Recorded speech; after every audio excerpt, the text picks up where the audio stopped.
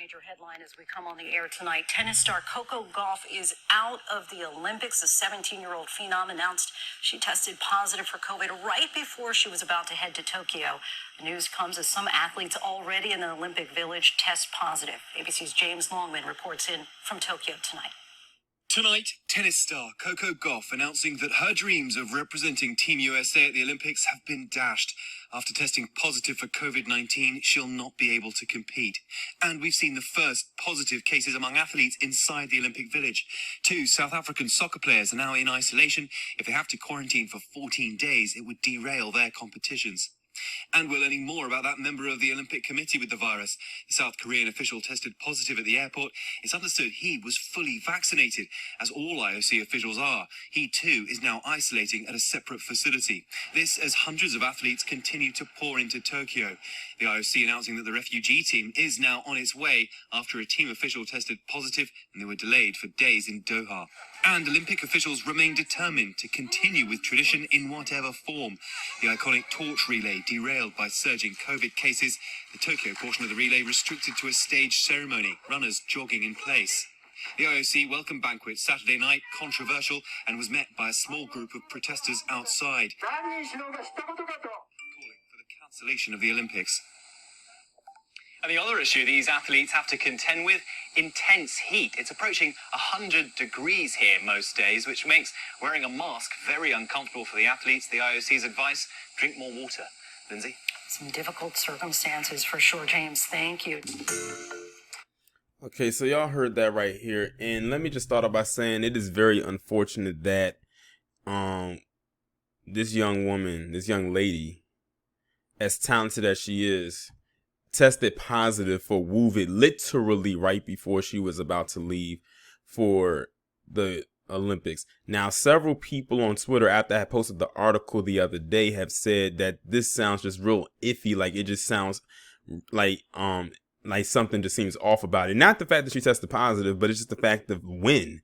Because, you know, she was getting ready to go over there to play and compete in her first Olympics, might I add. I can't remember if they mentioned it in the clip or not, but this was going to be her first Olympics. Now, granted, she'll be able to go back in 2024, but, you know, this was supposed to be her first go round.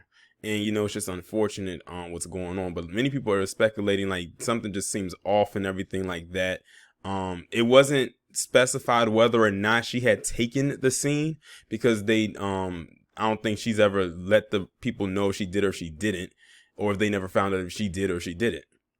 Now, also in the report that they were mentioning that 2 South African competitors also tested positive for Wuvid as well, and that they're going to most likely have to fall into the same category as she is. Now, I don't know what competition that they're in or whatever the case may be, but you got to think the Olympics starts this upcoming Friday. I don't know when my video will be up or running by that time, but the Olympics starts this Friday on the 23rd.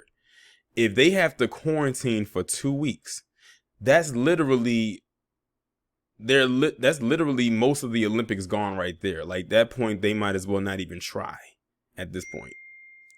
And then they also mentioned how one of the officials not only tested positive for Wuvid, but they also were fully vaccinated. Now, we all know that the scene that they're rolling out, as far as we know, and I have to be careful with my words because the last time I talked about the scene on my channel, I got a strike for medical misinformation. So I have to be careful with my words. And I think I am.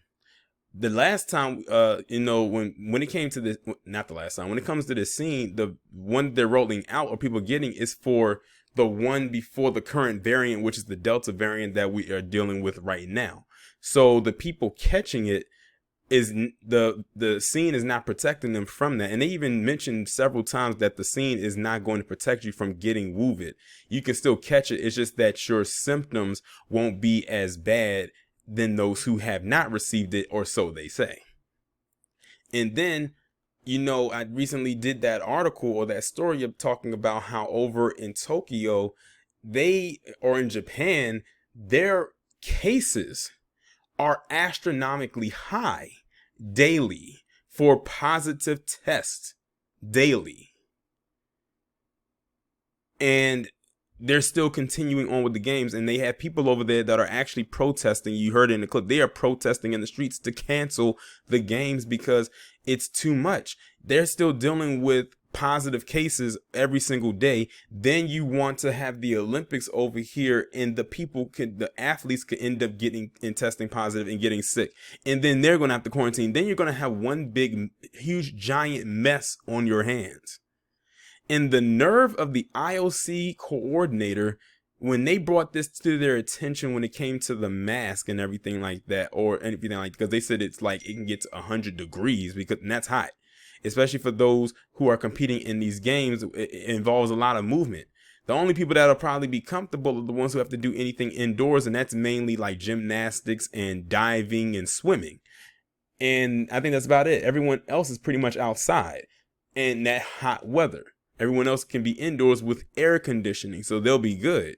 But their response to that was just drink more water.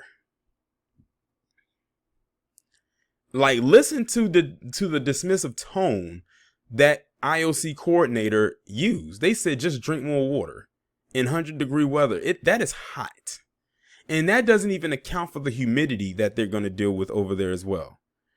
Like I said, Sha'Carri Richardson, despite how many people may feel about her and what she did, she dodged a bullet as far as I'm concerned.